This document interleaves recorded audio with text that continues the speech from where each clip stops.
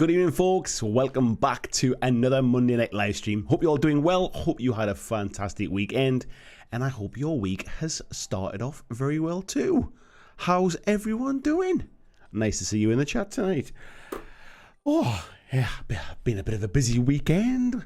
Bit of nice weather, which also always helps. I should say, not also helps, always helps. Today I've been just playing a bit of catch up today, to be fair. So, how's your weekend been? What have you been doing?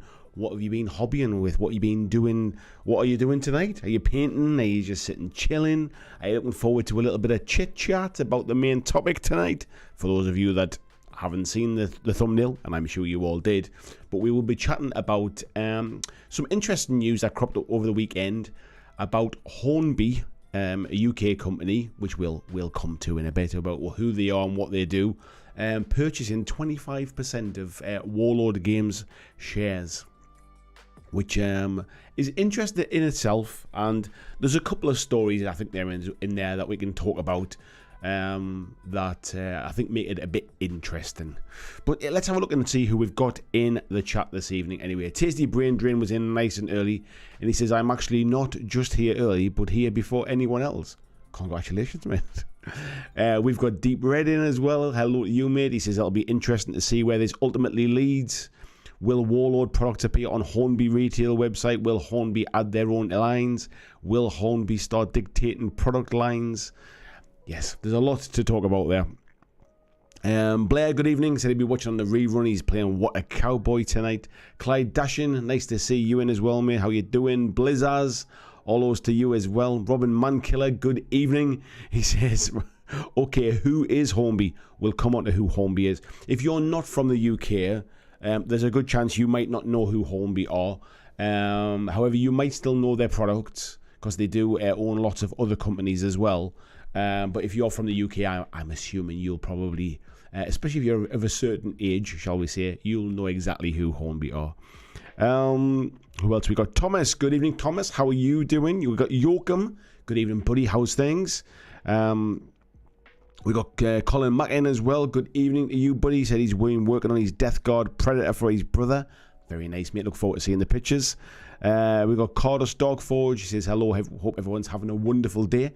And to you too, mate. And to you too. John Shepherd's in as well. Good evening, John. How are you? We've got Ed in as well. Major Tom there. Good evening, sir. Andrew Cook. He says, greetings from the cold, dark, not so distant future. I hope no one's copyrighted that. I'm sure somebody will give it a try, mate. John said he's working on his Death Guard as well. He's busy painting up a 5-strong Terminator unit at the minute. Very nice. Andrew Cook, good evening to you as well, buddy. He's saying, didn't Hornby buy Airfix a while ago? They did, mate. We'll come on to all that about the Hornby group and stuff like that in a bit.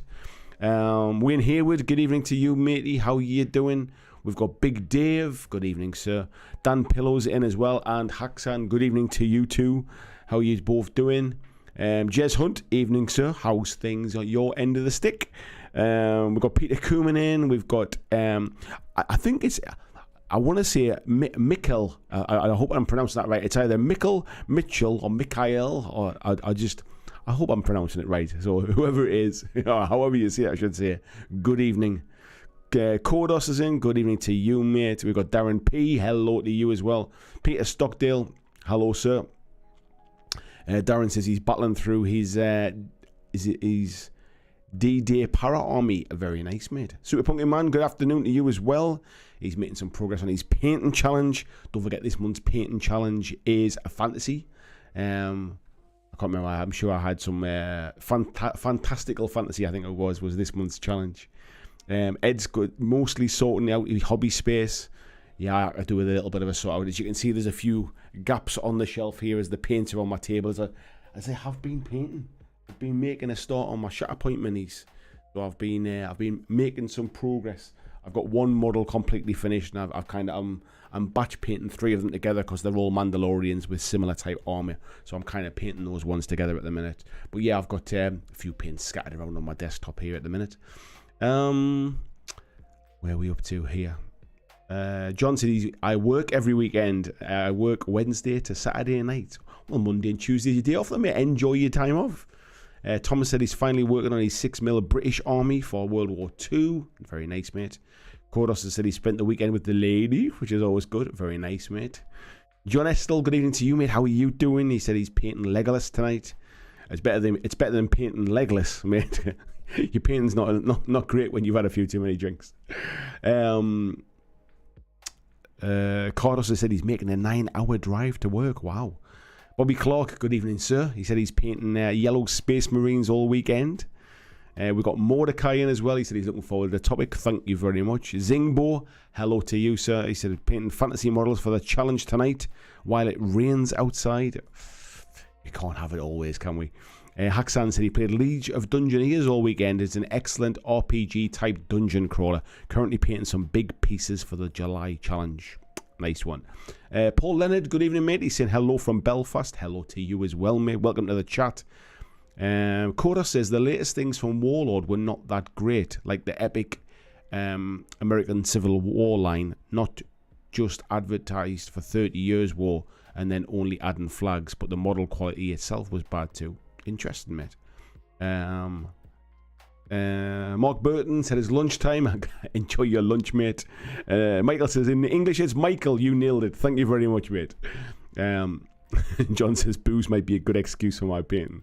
Yeah, yours and mine both, mate. VJ, good morning, mate. How are you doing? Hope you're well, sir.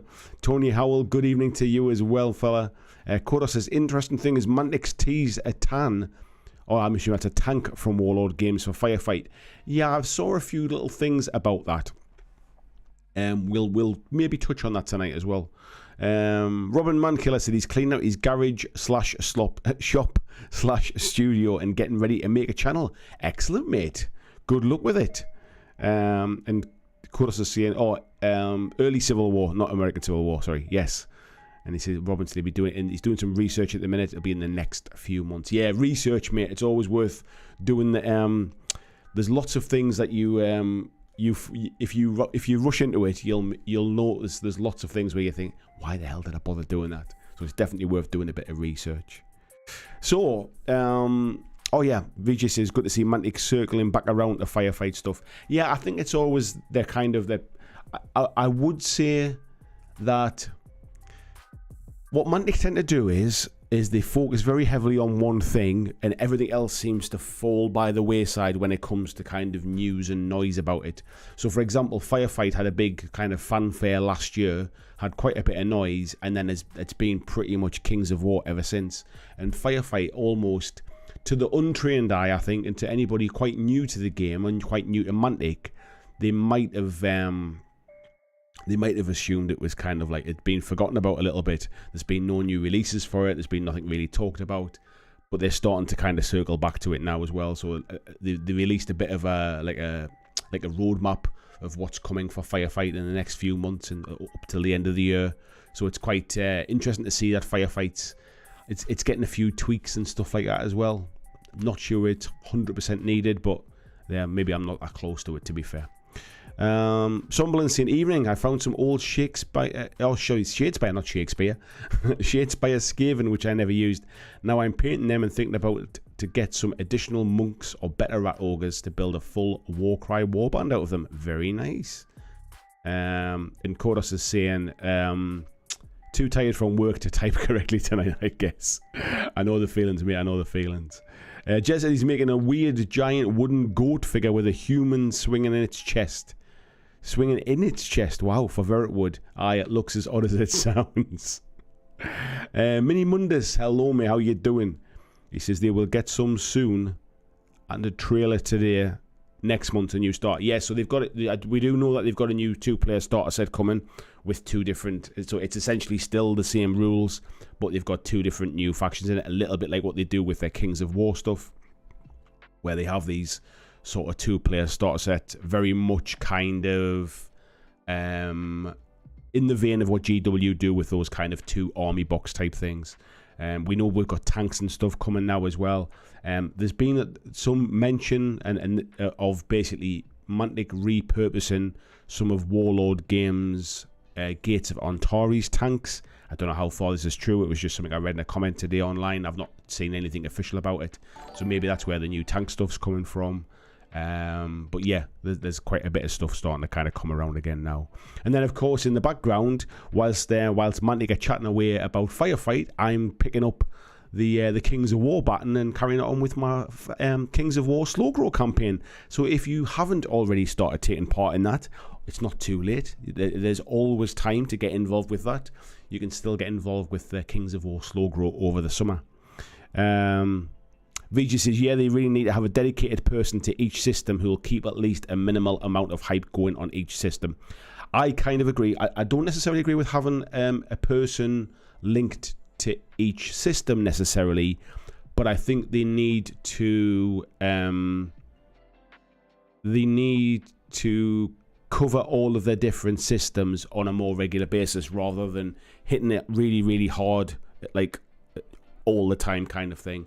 Because it's one thing, like for example, Kings of War's had like quite a lot of noise because there's been a lot of new things coming out. But because Mantic and other companies don't release games, don't release models on the frequency of someone like Games Workshop, that still gives them an opportunity to talk about their other game systems and that kind of stuff as well. And the problem is if they just kind of give it a light touch of like mention it once in a blue moon, it doesn't keep the ball rolling, shall we say. So yeah, I'd agree. I think there's better ways to do it. Evening Anna there, Red Rose Wargaming. You're just rejoining the member program there as well. A member for 13 months. God, you probably would have got out of jail by now if you'd done something. But thank you very much for your support, Anna. It is always appreciated. VG says, yeah, something so each system's players don't feel that their games have gone away. Yeah, I think they do rely quite heavily on communities to kind of keep the noise ticking over a little bit. I do find it a little bit strange though, because grab something here. Like for example, like I would say I work together with Mantic quite well. Like we work together on quite a lot of stuff, and obviously we worked quite closely together when the Firefight stuff came out, and I did the Firefight slow grow campaign and things, and then they've not really like told me anything about what's coming with Firefight. So even if they, like for example, had I known more about Firefight, this live stream could have been about Firefight kind of thing. So then that keeps the noise going and stuff like that. So it's a difficult one. Like I think I'm seeing they rely upon community, but then things seem to come out of the blue. And I'm sure this is not the case, but sometimes they feel a bit knee jerk as opposed to kind of planned, which is always a bit of a strange one. Tony Howell, hello mate. He said he's looking into painting a mini from Rotten Factory for the Fantasy Challenge. I've never heard of Rotten Factory, mate. John Shepard said, I've been having a nightmare trying to strip some second-hand plastic Death Guard I bought. I've had them in ultrasonic cleaner with meths and tried 99% isopropyl alcohol and elbow grease for a week. Not sure how many layers or what paints on them, but it's gone mad. Sometimes it can be like that, mate. Sometimes, as long as you can get them back to a relatively smooth base, you don't necessarily need to have all of the paint off, as long as you just give them a prime over the top kind of thing. But it depends upon what condition they were in. The other thing to try is Dettol. Dettol works as well. It's a bit stinky, and it's not the greatest from that respect, but it works as well. Cordus is saying there was a teaser picture from Mantic today that shows a tank turret with Enforcer colours that was identified as the combat drone from Gates of Antares by some hobby portals. I assume that's what it must be. And VG says, I know they don't have the resources to do Mantic version of White Dwarf. They could at least do an email newsletter or community website that has an article or something for each system. I mean, they do release, they have a weekly email that goes out. They have like a newsletter. Well, they're kind of like an email type thing that goes out every week. And they certainly have their blog that they update on quite a frequency as well. But I still think, like, if we look at the blog, for example, you'll see it's very much blocks of game system kind of thing, and it feels like it floats around a little bit with whatever the hot topic is of that particular moment. I personally just wish it was like it was shared around a little bit more. Cool. Yeah, Cordus is saying a lore video or battle report from time to time would already be enough. Yeah. VG saying, yeah, they could totally be taking more advantage of you in the channel, mate. Oh, I mean, I'm not suggesting that I have any kind of sort of right to have any information or anything like that, but in the grand scheme of things, that there's not a lot of people talking about Mantic Games, as there are not a lot of people talking about anything other than GW these days, and I'm just surprised that that's kind of that kind of thing that you don't necessarily like. I guess they want to tease their own stuff out, to be fair. Mutton Chops, good evening, mate. He said, a little late at the party, but the brushes are ready. Bone Devil tonight. Nice one, mate. And War Mini Paintings is BioStrip 20 is great product for stripping paint off minis. Yeah, I've heard that as well. I think it's a bit more of a nasty stuff. You wouldn't necessarily want to get it on your hands and stuff like that. But yeah, I think it certainly does the job, that's for sure. So I think what we'll do is we might as well, we've got a nice little gang in. We might as well just we'll dive straight into the conversation, I think, tonight about Warlord Games and about Hornby buying some shares within Warlord Games. So I'll tell you what we'll do. We will, he says, going over to the right screens. What we'll do is, so ignore our little adverts that we've got on the side here. In fact, I'll try and just increase the size of that a little bit so we can see a bit more of the text. And this is just some news. There's lots of this news kind of dipping around online and stuff like that. But the news was that Hornby acquires a minority interest in Warlord Games, and this was published today. I think the news came out over the weekend. And it said Hornby will have the option to acquire a majority stake in Warlord 2 years after the initial acquisition, and to acquire any remaining shares on future anniversaries. So Hornby's announced that it's acquired a 25% share in Warlord Games based in Nottingham for cash consideration of £1.25 million. We'll come back onto the 25% bit and the £1.25 million in a bit. It says the International Models and Collectibles Group also has the option to acquire a majority stake in Warlord on or around the second anniversary of this initial acquisition, and then to acquire any remaining shares in Warlord on future anniversaries. So just to kind of simplify that, what that means is they've bought 25% shares in Warlord, which is not a controlling stake. There are people within Warlord, for example, John Stallard, who has I think he has something like 62% of the shares to himself. And what we'll see is that after 2 years, like the second anniversary of this buying of the shares, Hornby will have the option to buy further shares and essentially acquire the majority shareholding of Warlord. So what we could see is within 2 years is Hornby will own Warlord Games outright. There's a bit more information about here down here, where basically says Warlord manufactures primarily in the UK and sells to over 600 distributors and stores around the world via its sales teams in the UK, Europe and Americas. And they also operate a successful direct-to-consumer operation via its dedicated website. And it will continue to be managed by its existing directors, and the company believes this transaction creates a number of opportunities to accelerate growth of the business further still. So, for those of you who don't know who Hornby are a company who basically make model railways. Let me just zoom in a little bit here, and I'm just going to use this Wikipedia page just to kind of pull out some bits of information, really. And they're a very old company within the UK, started in 1901, and they're a well-known company within the UK when it comes to model railway stuff. And essentially, when Hornby was founded by a guy called Frank Hornby in Liverpool back in 1901, and it was around the time he got the patent for his Meccano toys. So anybody that knows Meccano, the kind of the metal kind of sort of building toys that you screw together with nuts and bolts and things, Hornby was the guy who invented that. And then later on, around I think it was about 1920 or something like that, he produced the first clockwork train. And since then, Hornby grew to be this big institution within the UK, and were by far and away the biggest kind of manufacturer of model railway parts. And over the years, they've had some troubles. They haven't necessarily kind of been the most profitable company over the last kind of number of years.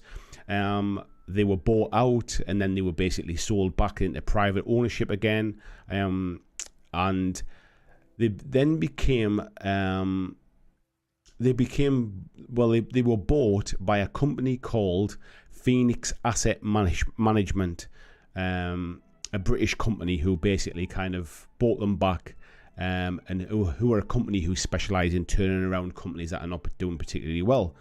Now, over time, Hornby have bought other companies, and this asset management company have bought other companies as well. And these are just a list of some of the companies who are under that Hornby banner. So Hornby is their main train sets. Airfix, you might be familiar with if you're not from the UK as well. Very much kind of plastic model kits, be that like World War II planes, cars, that type of stuff. They own Corgi, which is a die-cast like vehicle type thing. So you get like Matchbox cars maybe in the States. Corgi is a very, very similar company like that. One of the more famous ones will be Scalextric as well. I'm sure most people will have heard of Scalextric, the slot car racing companies. So Hornby also own them.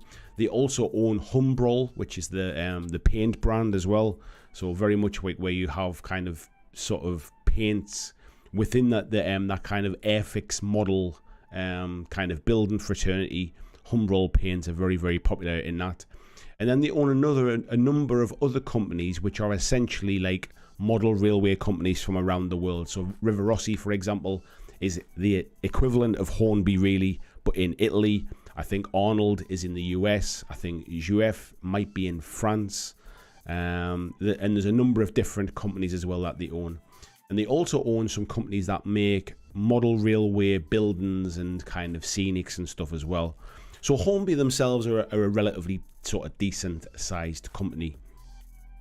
Now, one thing I would say about Hornby is that they're not the most profitable of companies.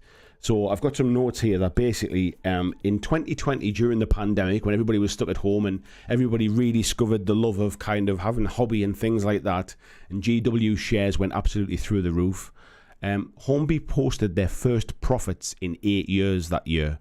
And since then, I don't think it's been going quite as well. But yeah, they were essentially, they were making a loss most years.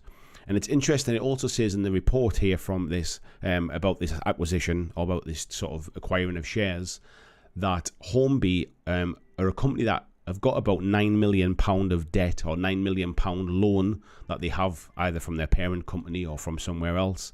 And they've basically increased the size of that loan to £11 million to free up the cash to buy the shares in WARLORD. So this is not quite as like, this is not like some sort of, this is not Hasbro buying kind of sort of Wizards of the Coast kind of thing.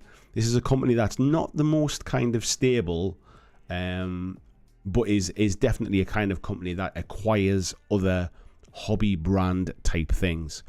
Now, what's in it for WARLORD Games, other than a burst of cash and kind of to their shareholders maybe taking a little dividend from it? There are going to be some kind of things where they align on. So, for example, obviously, a lot of plastic kits get made by both companies now. They are essentially kind of service a similar kind of audience. People who like World War II type stuff. People who are into collectible sort of miniature type things. People who like to paint models. I like to build models. So I would see there being things where they align on things like distribution. They're probably selling to the same kinds of stores, like toy stores, model shops, that kind of thing. So there'll be some alignment in distribution. There'll be alignment in maybe in manufacturing. I know that Airfix kits, for example, by Hornby are made in India, but they are renowned for being very good quality. So maybe there's some crossover there where maybe WARLORD could be using some of the manufacturing processes that they've already got. Things like marketing. I'm assuming the way that they're marketing, their trade sales, that kind of thing. There's probably lots of ways they can probably streamline and help each other out. Longer term, 2 years down the line, could this be where kind of Hornby buy out John Stallard and the other shareholders? Maybe that's the point where he wants to retire and put his feet up or something like that. Maybe he's looking like that, like sort of looking at it that way down the line. So maybe there's elements of that. Could we start to see crossovers between kits where some Airfix kind of like tank models become the kind of the default models for things like bolt action and stuff?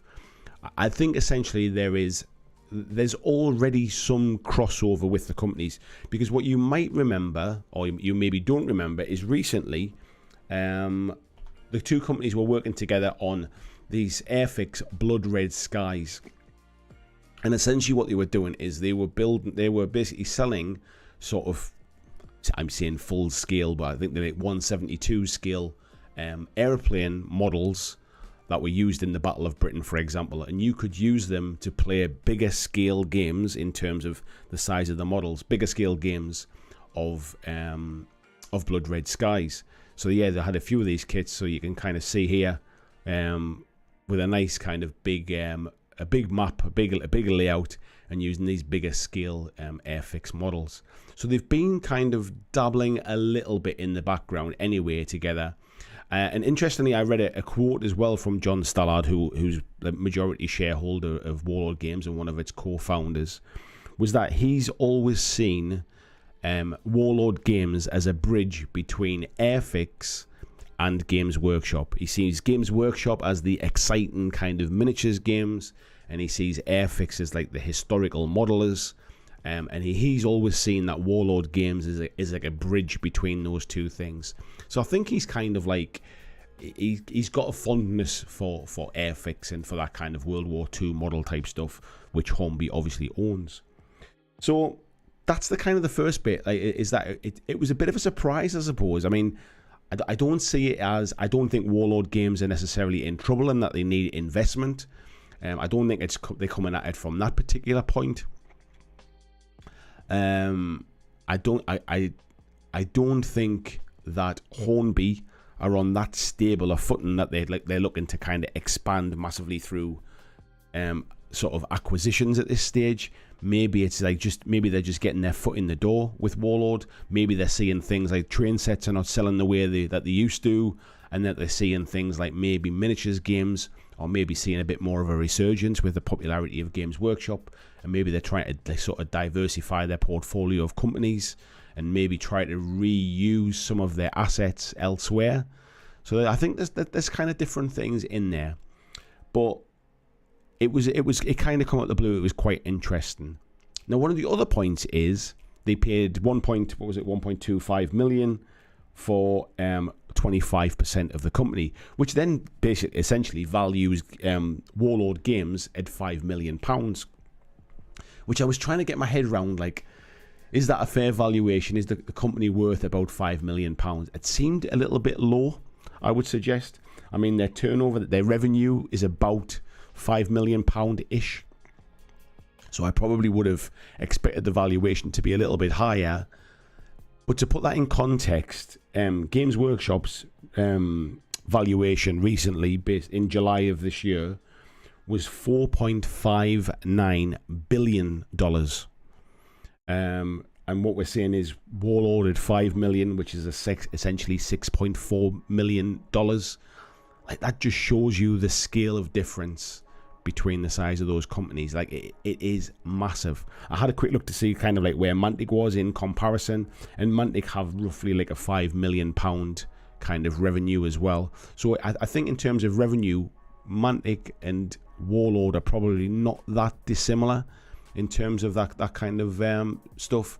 But when you compare them to Games Workshop, this kind of stuff puts into context just how far away Games Workshop are from everybody else. It's like they might sell to in the same arena, but they're not even on the same kind of scales. So it's interesting to see that I mean, obviously one aspect could be what we're seeing is companies value that miniature gaming has a bit more of a future to it compared to maybe some other, let's say, traditionally older type hobbies. Like model railways, you would assume, is quite a big hobby and quite a popular one, but maybe it's a declining one. Maybe it's an older age profile, a little bit like we would sometimes say with things like World War II gaming, to be fair, or historical gaming in general. So it's going to be interesting to see what it means. I think in the short term, not much is going to change. I think what we'll essentially see is we'll see alignment of things, like I say, like trade sales. People will be selling probably Hornby model railways when they're ringing stores to take orders. They'll be selling model railway stuff at the same time they're selling Warlord sort of bolt action kits and stuff like that. I think we'll start to see like the like supply chain maybe maximizing the efficiency of deliveries and things like that. Maybe warehousing starting to come together a little bit. But I think in the short term, from a hobby perspective and from a gamer's perspective, I don't think we'll see any massive changes. You might start to see some Humbrol paint kits with bolt action branding on them rather than the army painted ones that we've seen in the past. But what do you think? Is this something that you think is going to affect the industry? Do you think it's going to be something that we will see more often? We'll start to see sort of miniatures companies maybe getting sort of shareholders coming from outside who see the potential future of this based upon the success of Games Workshop? Or do you think this is just is this maybe an asset stripping type thing coming from Hornby? Let's have a look in the chat and see what you folks all think. Where are we up to here? Type 40 TARDIS is saying, little worried about the Hornby news. What with the latest upgrade to Judge Dredd and K-47. I think what's interesting is that, and I was thinking about this today, like Games Workshop, obviously, we've just said they're massive, they're huge, but they trade a lot on the basis of their IPs. The Warhammer franchise is the strongest and the most profitable thing that they have, where Warlord Games don't really have a franchise as such. They don't have like an IP that they can license out. Like you can't put an IP on World War II. You can't put an IP on historical gaming as such. Like, yes, they've got Hail Caesar and Pike and Shot, and they've got like bolt action, but the other stuff that they've got, the IP stuff they do, the Judge Dredd, the Doctor Who stuff, is all stuff that they pay a license for. They don't necessarily have their own strong IPs, where things like Scalextrics is its own IP. Like people call slot car racing Scalextrics. Like Airfix kits is kind of what people think of when you think of building model kits and stuff. You've kind of got Tamiya kits, you've got Revel kits, and you've got like Airfix kits. Like kids in the UK grew up building kind of Airfix kits. And I guess it's similar for things like Corgi cars and stuff like that. Like their branding is probably a bit stronger. I'm not sure how strong the brand Warlord Games is as an of itself.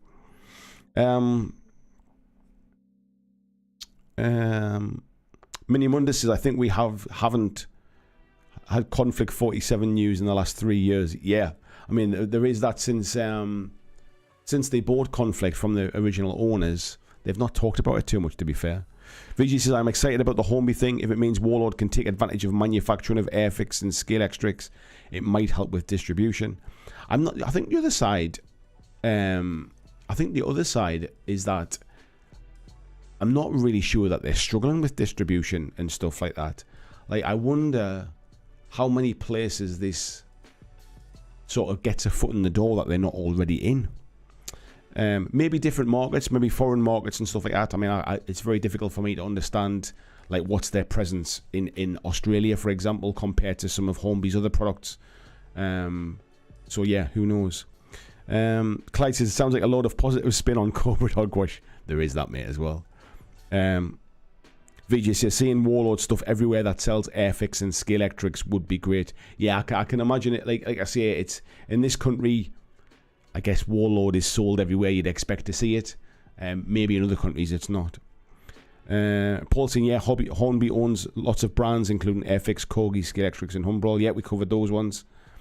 And yeah, VJ saying, I think the only Conflict 47 news was that Warlord were taking it over 100%, as I think it was an external project in the past where technically they just did the manufacturing. Yeah, essentially, like somebody else wrote the rules and wrote the rules to Conflict 47. And then essentially licensed it to Warlord Games to use it. Jess saying, crikey, that's a lot of my childhood. I thought that as well, mate, when I looked at the list. Ed saying, my Fires minis were painted with Humbrol's, or my first minis were painted with Humbrol enamels. I think mine were as well, mate, to be fair. I always quite like the little Humbrol tins, but like kind of getting them the little paint pots open was always a bit of a pain in the butt. Like I think I like a screw top on a paint tin now. John Shepherd says Yusef was the first train set I ever owned. Haxan saying Airfix were my introduction to model building and wargaming about 55 years ago. Yeah, they've been around a little while, mate. VG says, okay, so you're worried these guys might drag Warlord down. I think in the short term, mate, probably not so much. But my worry is Warlord games, very much like, I guess, sort of Mantic and GW and Privateer Press and Malifaux and all of these companies, they were all started by people who absolutely love the hobby and have the hobby like at their heart. Maybe not GW so much these days, it's become a bit more of a corporate giant. But if you look at like Privateer Press was started by oh, his name has just gone from my head now. It'll come back to me. But the person that started it is still the person that owns Privateer Press now. The person that started Mantic still owns Mantic. The person that started Warlord Games still owns Warlord Games. The person that started Malifaux still like owns Weird Games. And so, like, I think those companies are generally they have passionate hobbyists at their heart who understand their markets, kind of thing. I think the problem is when you start to get owned by an asset management group, which is essentially what this Phoenix group that own Hornby is. You start to look at the assets. You start to look at where the, you know, well, like why are you selling that? It doesn't sell enough. Like just get rid of that kind of thing. And it's like, yeah, but we have people who love it, and like they're a small group of passionate people, but the ones that love it kind of thing. Makes no sense. Get rid of it. And I think that's when it starts to become a little bit like, I wonder if it's necessarily going to be a good thing.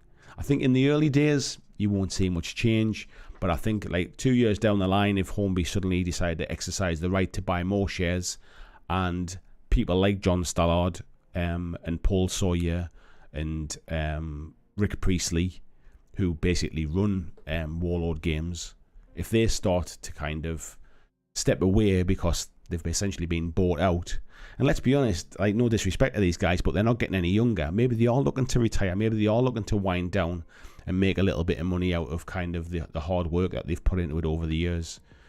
So yeah, I think that's kind of like, I've got no evidence to kind of suggest that that's what's going to happen, but as a hobbyist looking in, those would be the kind of things that would be on my mind. And Vijay saying, surely the original shareholders would just take over rather than letting the company go bust. I think it's not that simple, mate, to be honest. And I think this is my point about how this is just kind of them dipping their toe in at the minute, and maybe in a few years' time we'll start to see what the real plan is. John says it does seem like they're trying to create a bit of a monopoly in a niche, and I guess there's nothing wrong with that, in terms of trying to have linked businesses, shall we say, like the people who buy model trains probably aren't impacting on the people that buy World War II miniatures from Warlord. But if you can, instead of having two people who kind of ring the hobby shop and sell their products in, and sending two trucks from two warehouses to the hobby shop and sending their stuff in, you only have one of each of those things. That's when you start to get kind of sort of savings through the business, and that's where these kind of mergers, acquisitions, takeovers, that's when they start to kind of sort of make sort of financial sense. I guess the worry is just when it starts coming down to brass tacks and you start saying, well, let's just kill our 5 worst performing lines. What's the point in kind of stocking them? And the problem is some of those lines are things like, it might be a unit for an army that kind of that the players need. Who knows where that goes? Koda says no airfix. Their Afghanistan line found their way into some local 40k armies. There you go. VG says maybe that's what it's needed to challenge GW's monopoly. I think, as I said before, mate, with a difference in size between their businesses, I don't think anybody is going to challenge GW's monopoly for quite some time. I think the only way that happens is if GW makes some massive errors over the coming years, will anybody ever get anywhere close to them, and that'll be because GW fall as opposed to anybody else climbs to their levels. Let's have a little look here.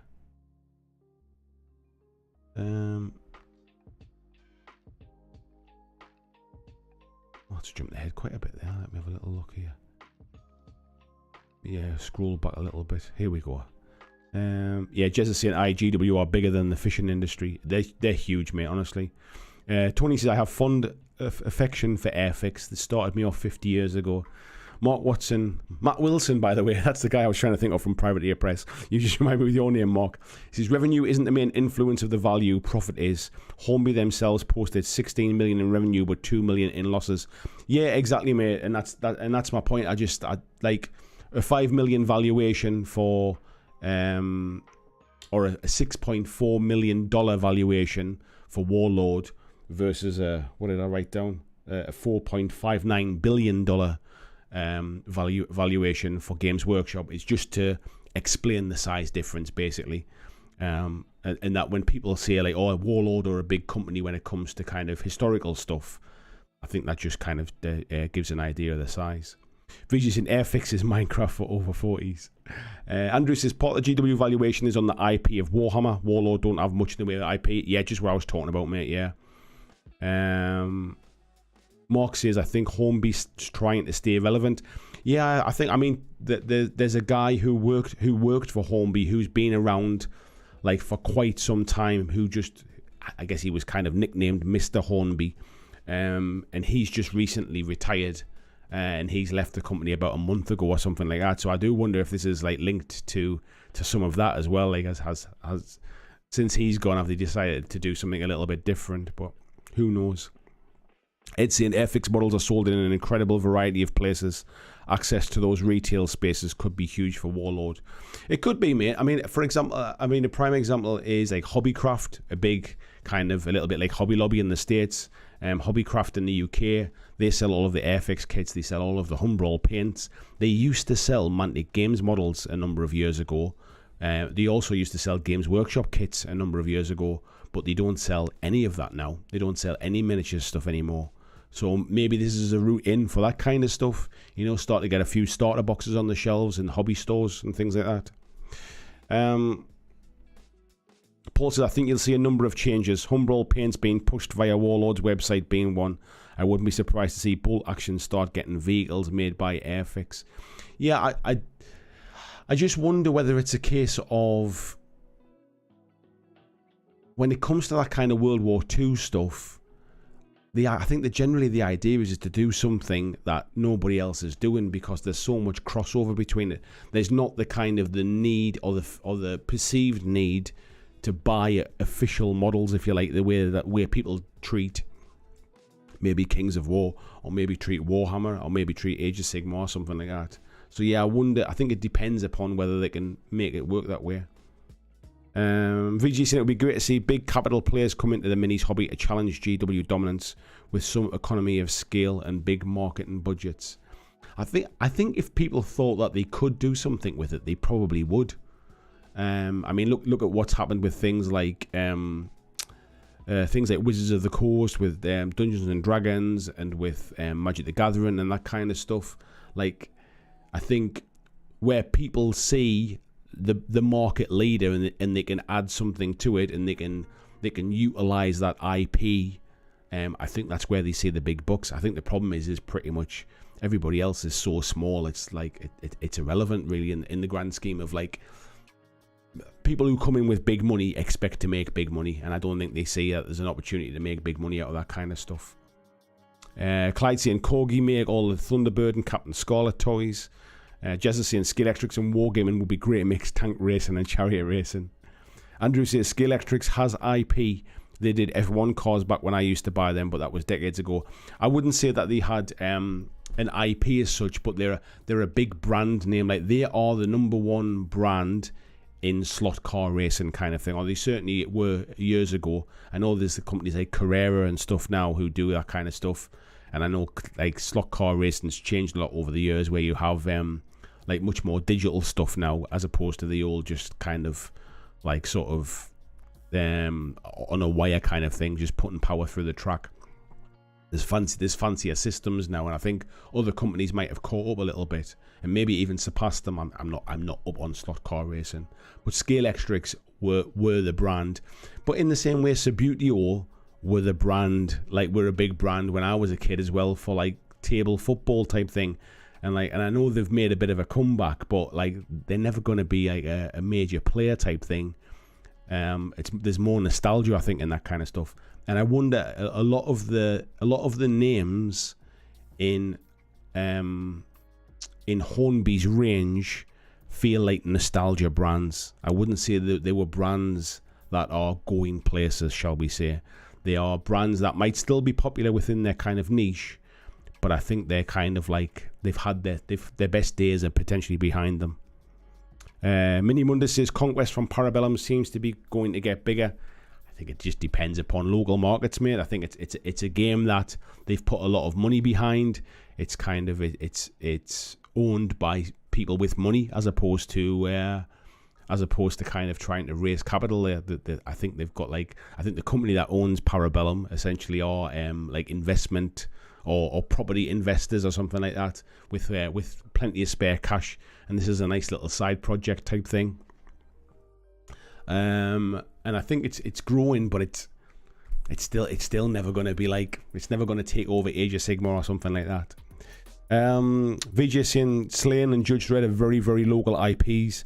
No one outside of the UK have heard of them. Yeah, and I think that fits a little bit with Warlord's kind of ethos, really. They're almost very British in their approach. Like even Doctor Who is bigger around the world now, but it's still a very kind of British brand, if you like. Like the things that they get involved in have a very much sort of British feel to them, and it doesn't surprise me them getting involved with like Hornby and Scale Electrics and Corgi and Airfix and that type of stuff. John saying, yeah, it was something Goblin Conflict 47 was 15 mil originally from the previous owners. Yeah, I spoke to the previous owners a little while ago, and they seemed like really nice guys, to be fair.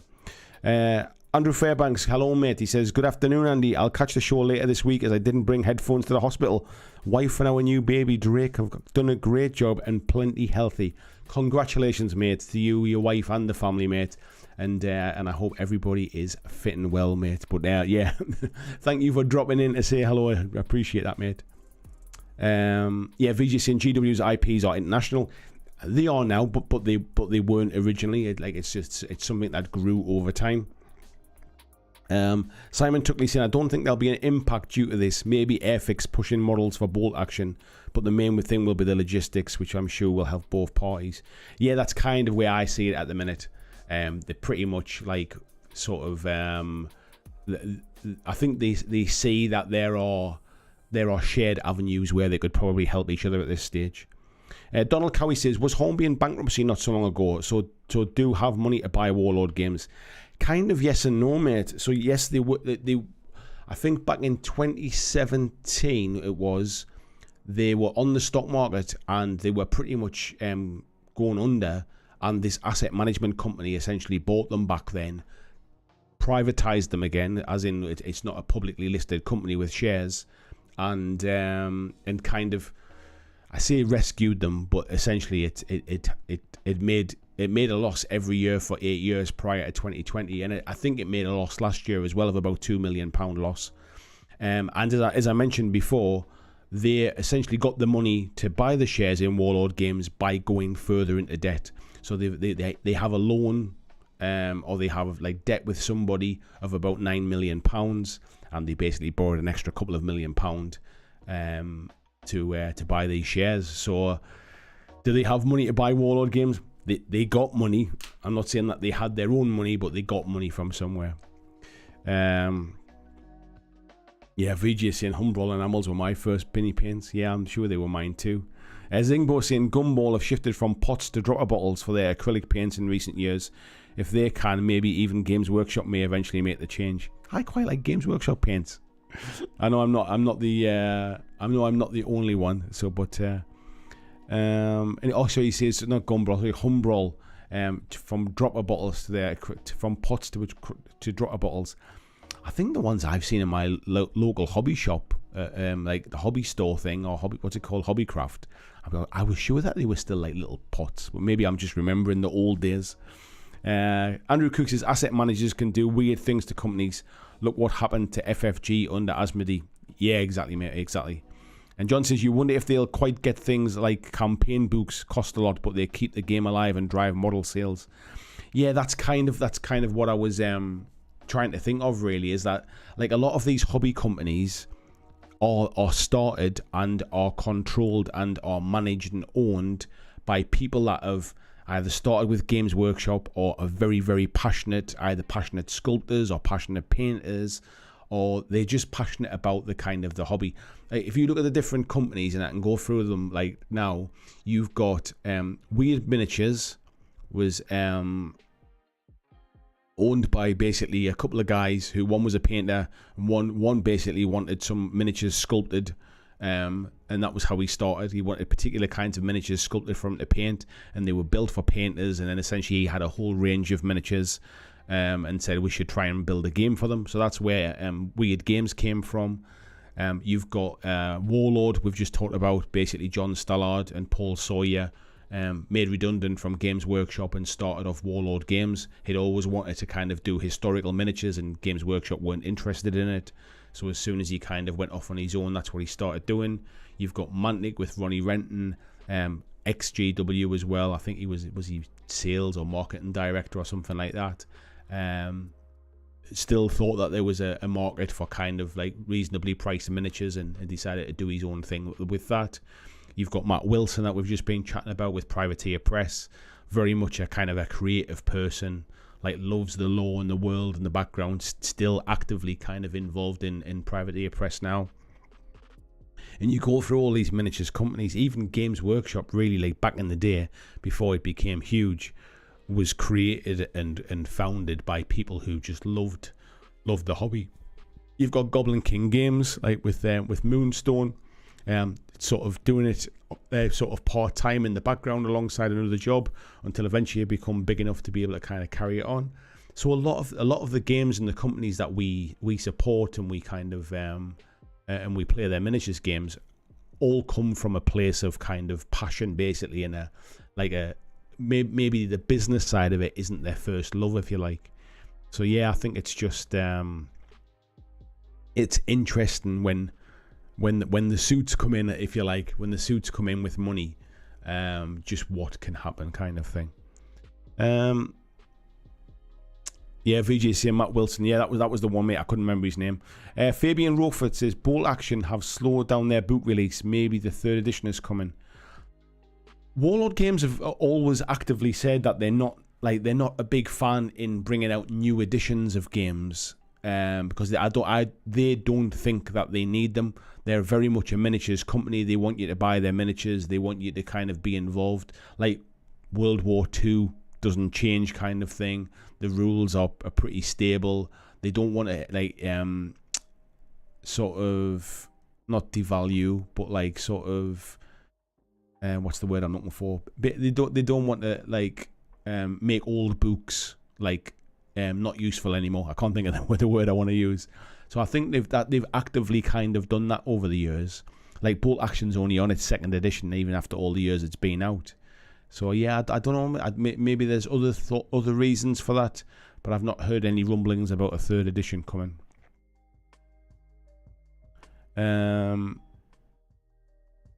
Tony says, is it asset stripping? That's the concern when you look at it from corporate perspective. Yeah, exactly. Yeah, that's it, mate.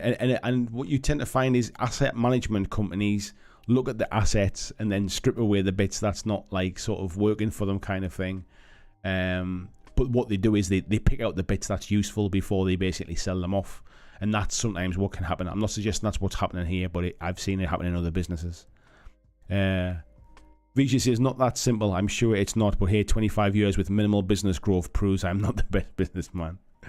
Wayne says, there's a documentary series about Hornby on the Yesterday channel. People do seem passionate about what they do.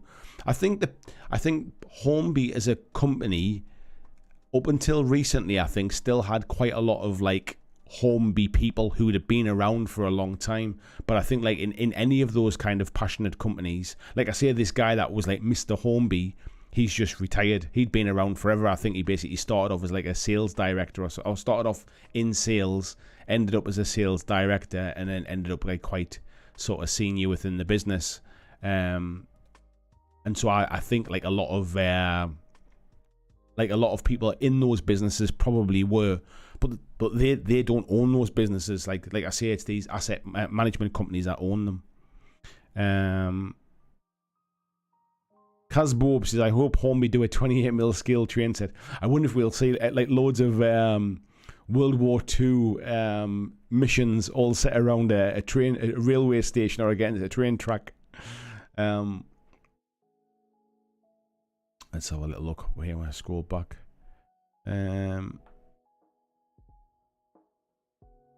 James G says, where does this leave a company like Osprey who print the rules for bolt action?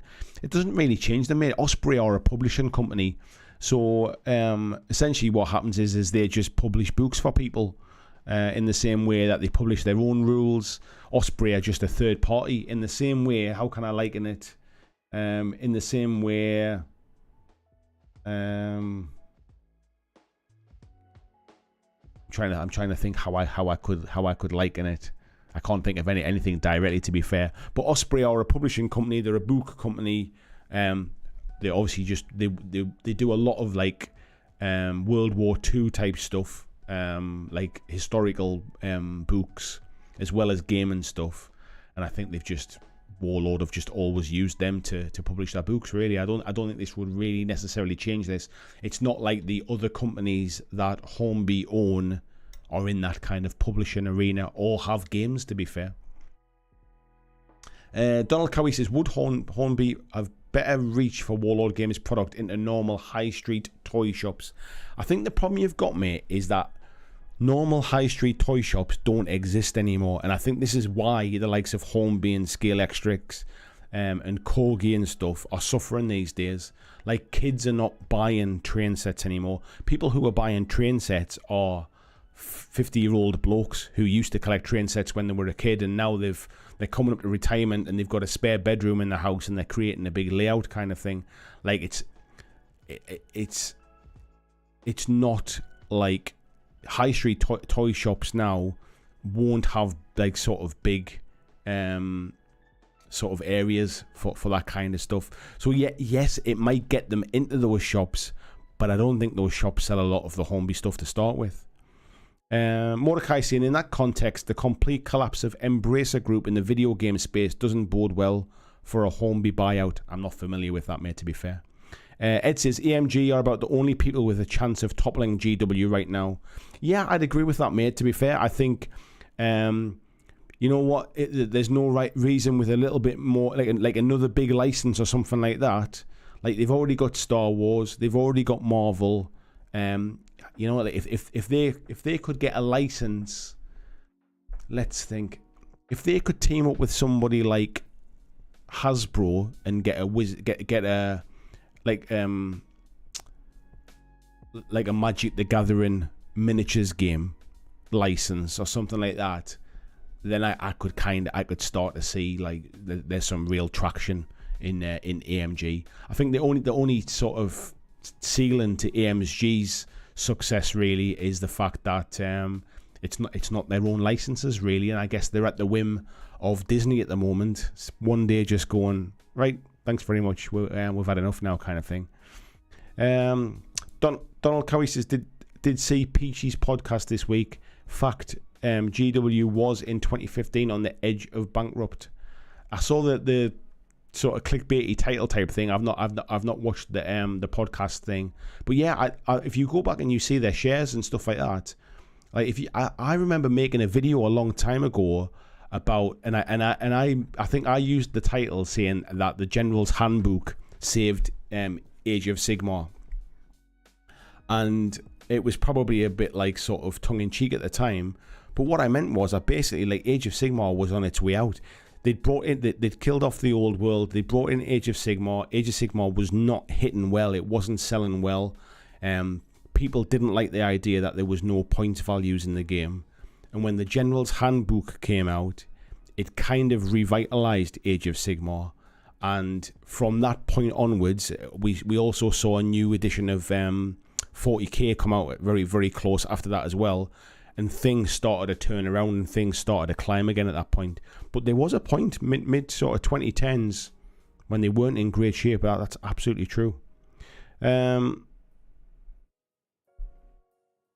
Andrew says, I think GW is only likely to dip due to their own success. Another company buys GW for the IP alone, not caring about the hobby customers. I mean, one thing that's happened over the years is how much of GW's profits or how much of GW's revenue now comes from the IP. Like a few years ago, they made about £2 million from the IP.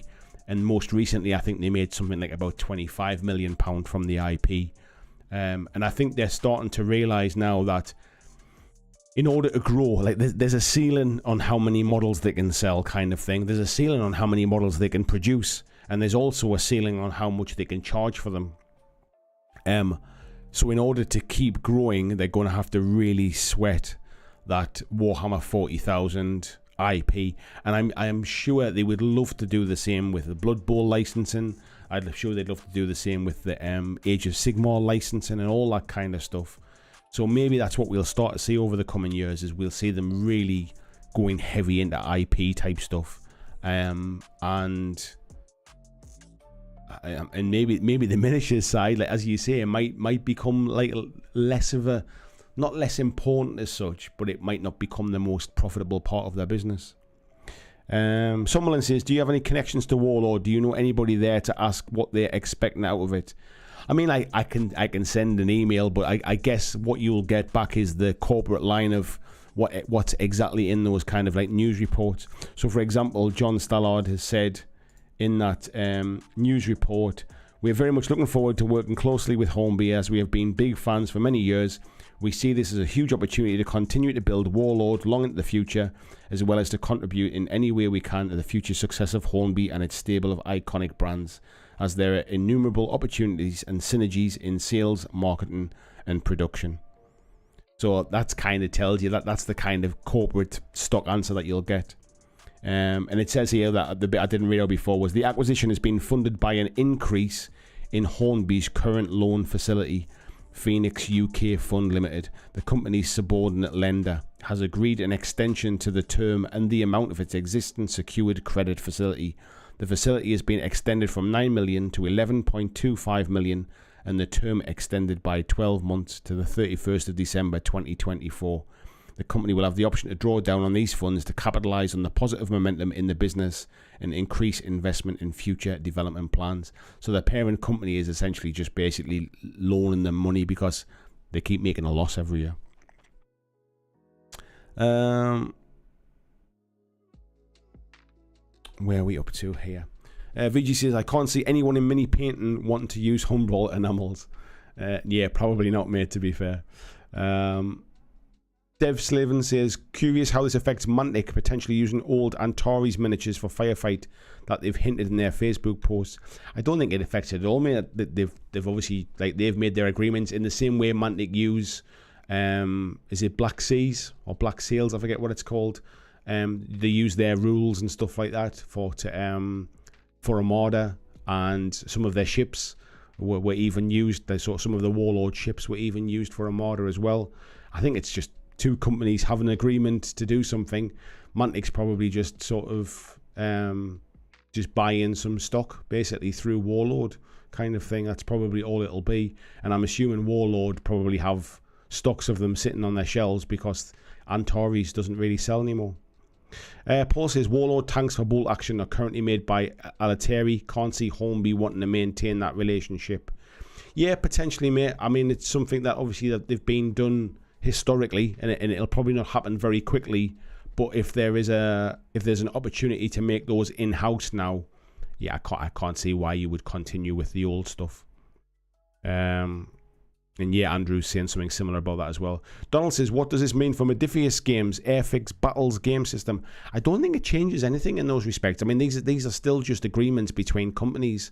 In the same way, like Games Workshop licensed Warhammer 40,000 to Magic the Gathering cards. Like, these things just happen. This is just companies having agreements on stuff. So I don't think it changes any of that kind of stuff. Suli's Emporium says, just joined and wanted to say hi. Hello to you. Tony says, Humbrol are cheap, local, and I've been getting into using enamels and oil colours. They have their place.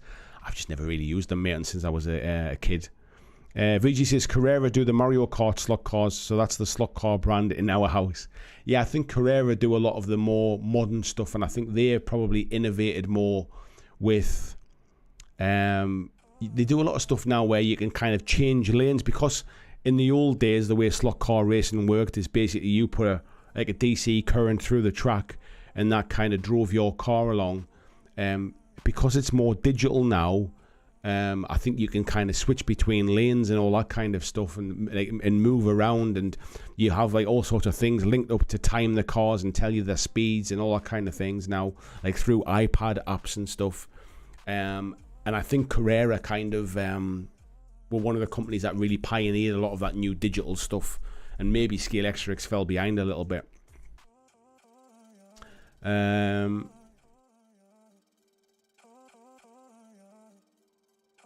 a little look here. Robin Mankiller says, boo this man. VG says, Phoenix Asset Management sounds like the equivalent of Big Business Inc. It does a little bit, doesn't it, mate? Yeah. The Phoenix bit, like the ashes from the flames kind of thing, sounds like... I mean, they're a company that essentially seem to be someone who basically buys companies in trouble, which is generally the definition of asset stripping. So I tell you what, let me have a little look and see what and see if there's anything about them as a company. So Phoenix Asset Management,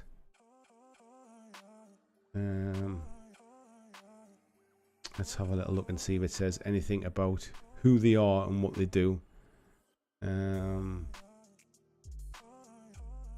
it doesn't really. It's just a very much it looks like an investment portfolio as opposed to a list of who they actually own. So yeah, they essentially just invest money into businesses. So I'm assuming that they just, you know, they try to turn companies around and make a profit out of them, and then probably sell them off or something like that. But yeah, it does sound like sort of Acme Corporation a little bit, doesn't it? Yeah, Tony saying the enamel paints are still in those little tin pots. Yeah, Eric Wasn't is a friend. Yeah. Robin saying Grey Corp, fine manufacturer of widget and new widget light. There's definitely an element of that, isn't there? John Shepherd says, or they were pushed out of GW with new managers or head CEOs. I think their faces don't fit anymore. Yeah, I think they essentially, I mean, they were all made redundant for whatever reason. I guess they'll have to tell you themselves. I'm not privy to that information, whatever that reason was. But it was around that era when I think they were obviously ready. They were obviously just ready for a change, maybe. Vijay says Ronnie was the GW marketing director. Wow, and Mantix marketing. I can't remember if he was sales or marketing director. But I think he was senior, obviously, and it basically was like, I think he might have run the US division at one point. Thumbnails, good evening, how you doing? Robin Mankiller there saying we were worried about the German faction, so welcome to our new sanitized bolt action.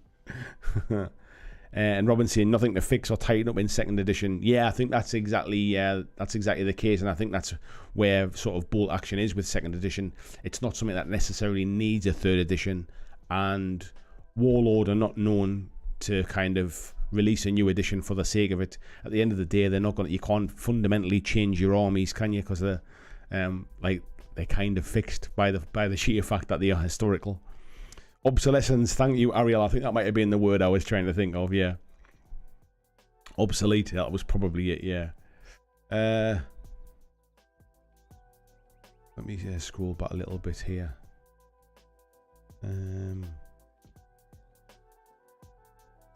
John saying they've done it with Bolt Action, Black Powder, and Hail Caesar are all on second edition. Yeah.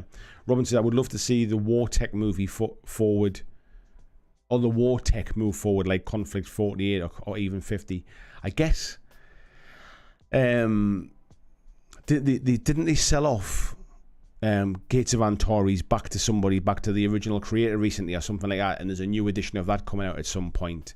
And Conflict 47, I guess, because they now own it, I would have liked to have seen them do something with it, but yeah, I'm not close enough, to be fair. They might be all over it, I'm just not close enough to it. Mark says, wait for the Thomas the Tank Engine skirmish game, blood and souls for the fat controller. I like it. Mordheim scenarios in King's Cross Station. I bet that's the case. We might see that. We might see them teaming up for the Harry Potter game, and we just see all of the King's Cross Station stuff.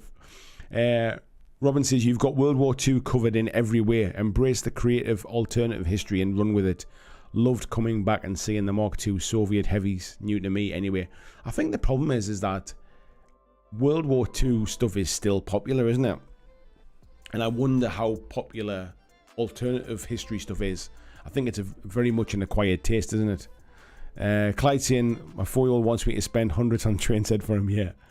Coda says, a good reason to merge with Warlord is that models with a game behind sell better than models without a game.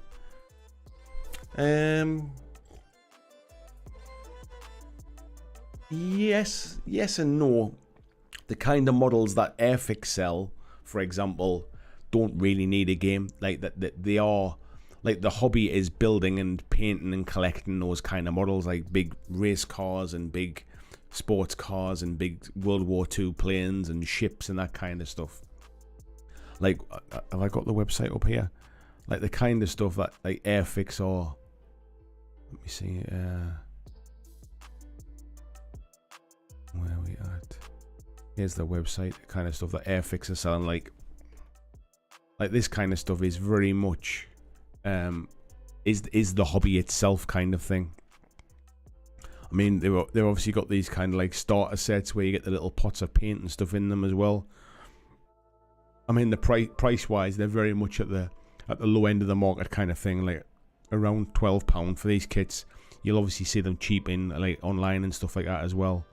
But then they really do get up to some of the bigger sets, and we're talking about, like, if we look at some of these sort of ships and things like that. I mean, if we talk about, like, let's have a look at warships. I'll tell you what, can we filter it by price, high to low? Well, these are just kind of like low entry ones. See if we've got anything from kind of aircraft. I'm assuming they do. I'm assuming they do like kind of like high end stuff. High to low. Well, they're not as expensive as I expected, to be fair. Like less than £100 really, it seems to be for their more expensive models. I thought they'd be more expensive than that, to be fair. But yeah, I mean, I think people buying this kind of stuff are not really worried about whether there's a game involved or not, to be honest.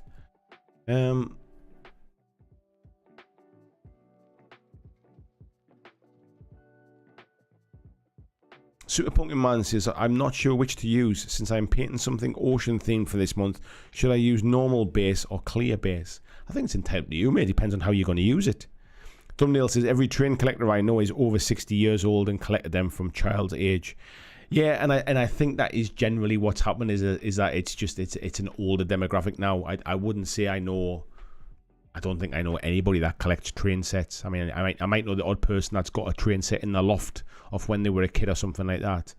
But it's very much it's a very expensive hobby. I mean, new train sets, like sort of trains or are they called carriages or trucks? I think engines. Like the new stuff's very expensive, and it's not cheap to build up a train set. And I guess like from a child's perspective, once you've built this big loop and it's just a train going round and round, it's not necessarily a child friendly hobby anymore now, especially at the prices that they charge. And I think essentially all it's done is it's pushed the age profile right up now. Johnson, years back when I started wargaming, the miniature manufacturers didn't sell or publish rules. Yeah, I mean, to be fair, I think people cottoned on to the fact that selling rules helps sell models. Not everybody just wants to kind of just paint stuff. And I think the game side of it is very much something that's grown, I would say, over a number of years. VJ saying, yeah, high street toy shops still exist, but they mainly sell toys that are spin-offs from movies and video game IPs. Yeah, I mean, I wouldn't say there's any real high street toy shops anymore now, like in the UK. There is, you get like, there's a company called Smith's Toys in the UK, who's probably like the biggest now that Toys R Us have gone. So Smith's Toys are probably the biggest, but they tend not to be on the high street. They tend to be kind of out in like retail parks and stuff like that. But they are very much like warehouse type things, and they very much selling like all of the latest kind of, like you say, film merchandise, YouTuber, kind of like sort of blind bags and all that kind of things, video games, that type of stuff. There's very few kind of like, if you want to buy models now, you really are going to like model shops. You're going to maybe like I say, like Hobbycraft in the UK sell like a few bits of models and stuff like that, but toy shops generally don't sell models now. You certainly wouldn't buy paints at like something like a Smith's toy shop, that's for sure. And of course the internet, you know, if you want to buy model railway stuff, or you want to buy like Scalextrics type stuff now, everybody just buys online and shops around. So yeah, the days of the toy shop on the high street are very much numbered. John saying, using GW's template with only their own miniatures being able to be used in tournaments. Yeah, I can't see WARLORD ever going down that route, to be fair.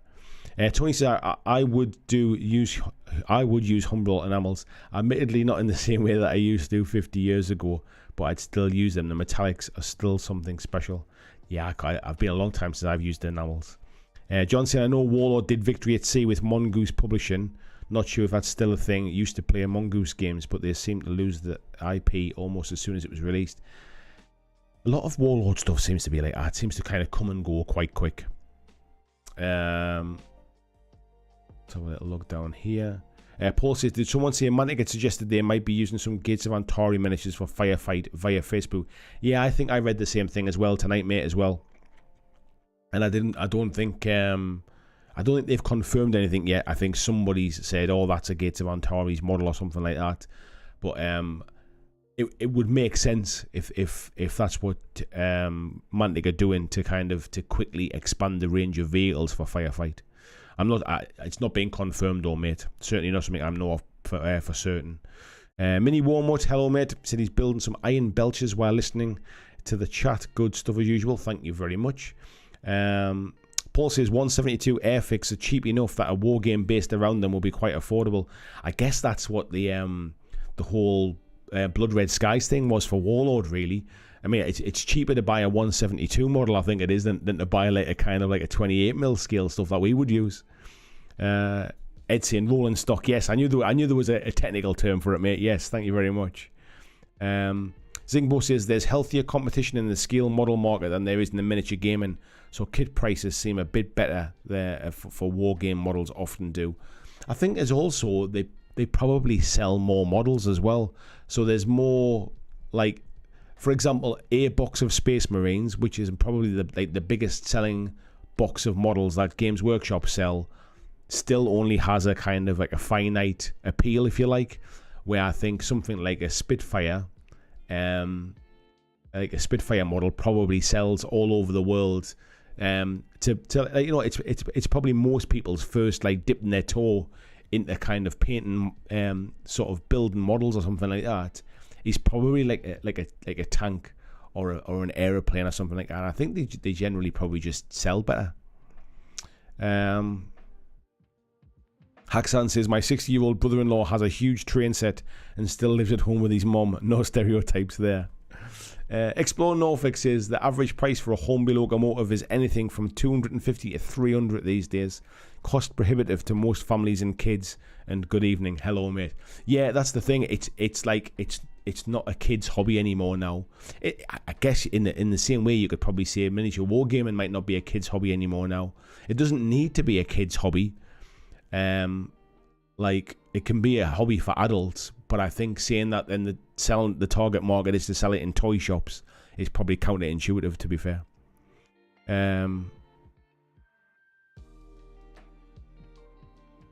Clyde saying Hobby Town US, all of the hobby stuff.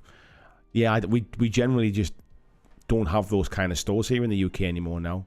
VG says, when I travel, because I'm a giant child at heart, I always drop by toys and game shops, so I seek them out.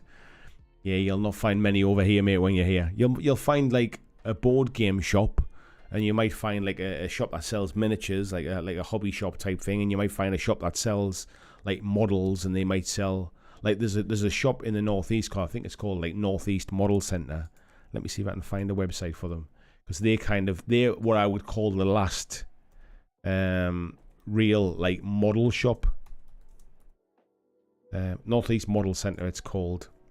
And this is the place, so this is not a million miles away from me kind of thing, it's driving distance anyway.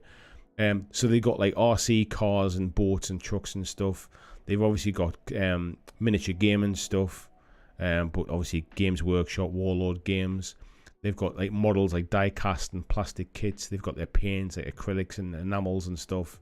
They've got their materials for like sort of scratch build and stuff. They do sell some toys like jigsaws and slot cars and stuff. Then they've got like the railways and the scenics. But yeah, if we go to like railway stuff, like, I mean, if we just, let's have a look, steam locomotives, and see how much something like that, one of those things is.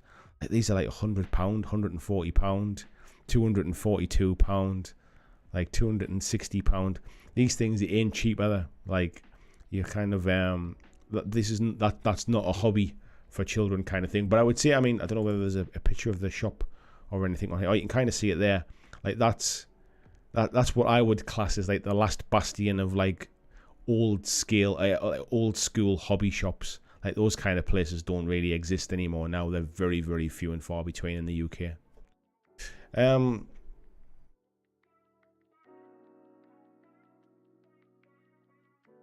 Explore Norfolk says Warlord often seems to purchase other companies' retiring lines and production capabilities.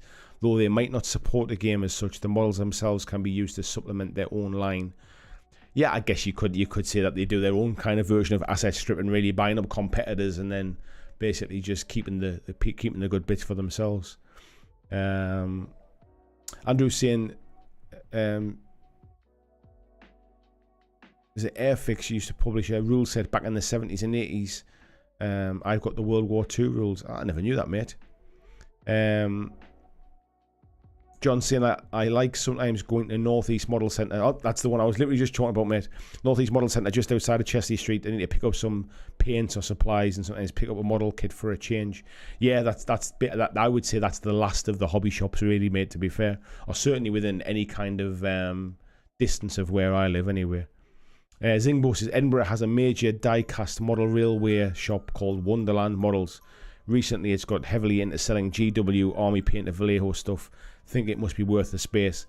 I think there's your point, mate, as well, is that like I think the audience is shifting. I mean, GW stuff sells well. Anybody that has a hobby shop or a model shop or has a like a game shop sells GW stuff. They sell GW stuff, they sell Magic the Gathering, and then everything else kind of fills the shelves. But those are like the big sellers now. VG saying, yeah, Jigsaw's are massive too. Yeah, I always kind of find that weird. That the Jigsaw market is huge. I'm not somebody that kind of builds a lot of jigsaws, but I do understand it's quite a big market as well, which is interesting. Yeah. So I'll tell you what I'll do. Let's have a little look and see if I can find anything about this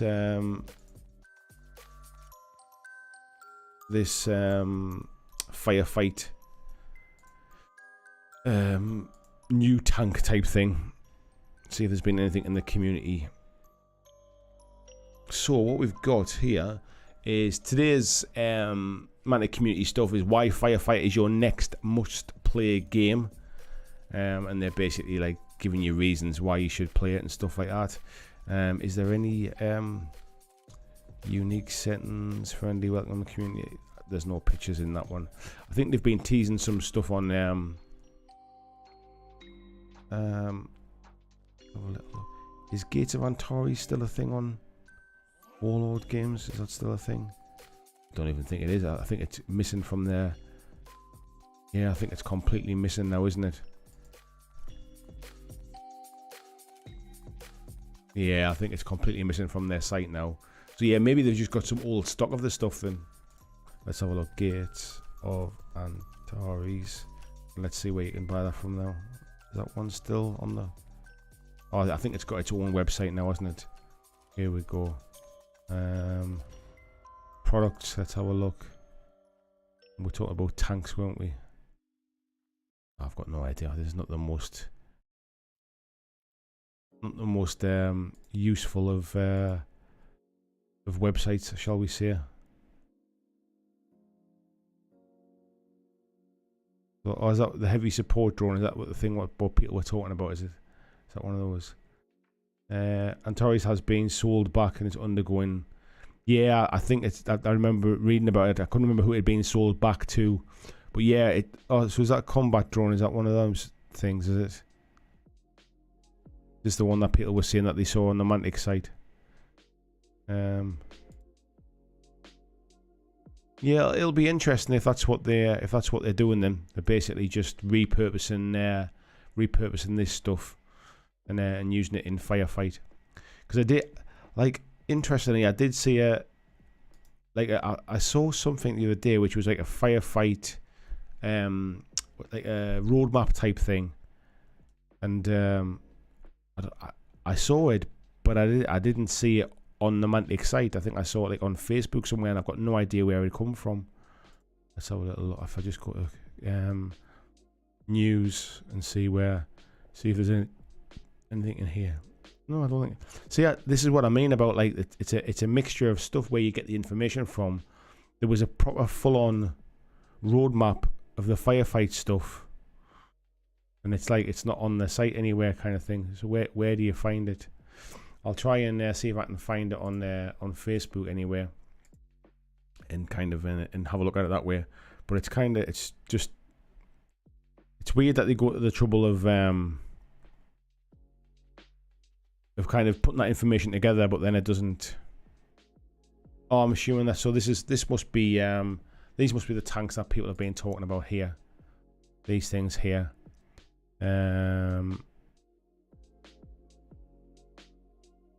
So yeah, interesting. That must be kind of the new units that they're talking about. See if I can see it. There, see, like, so there's this there. Here's this roadmap thing. Like, why would you not have that on your website? In your community news, I don't know where that's kind of come from. So August, what we've got is we've got this rules update, so some tweaks to some units and things like that. I'm assuming the core rules will pretty much stay the same, but I can't imagine they're going to print new rule books. I would imagine it'll all be through the Mantic Companion. There's a new 2-player starter set coming, which looks like Forge Fathers and Veerman, the rats, judging by that box set there. We've got the new vehicles are coming in August as well. And then come September, we've got some new vehicles coming. Then there's a companion update, which mustn't be coming at the same time as the rules update comes. So I'm confused by that, but unless there is a new rule book coming, who knows? And then we've got some new terrain coming in November, which I'm assuming is off the back of the terrain Kickstarter that Mantic ran recently, which had those kind of like sci-fi trees and bits of buildings and things like that. And then they're talking about new releases in December as well, which looks like it's Enforcer type stuff here, but it might be just an image that they're using. So it'll be interesting to see. But like, I just find it weird when this kind of stuff is out there. I mean, this is not like fan made. This has obviously come from Mantic. I mean, it's been shared by Nick Williams, so I'm assuming it's come from like an email or something like that. But why would that not be on their website? I find that kind of stuff strange. Anyway, yeah,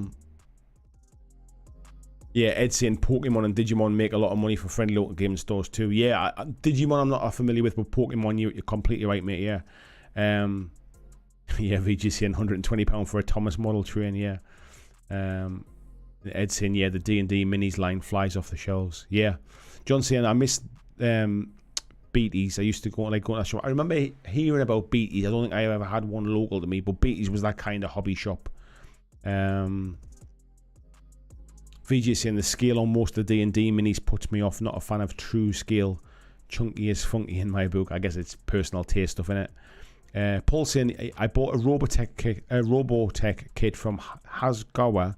It's a licensed IP and only available in Japan. It cost me 20 quid. Not sure sales volumes are not the reason. Scale models are cheaper than GW. I mean, don't get me wrong. There's GW prices. One is because they manufacture in the UK rather than being produced in the Far East. So there's prices in that.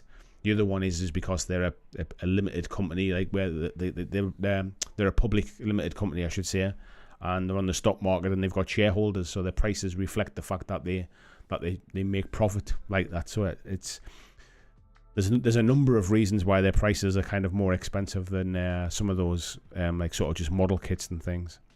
Mini One says, yeah, Tim Bancroft and Priestley have made a version 2 of Beyond the Gates of Antares.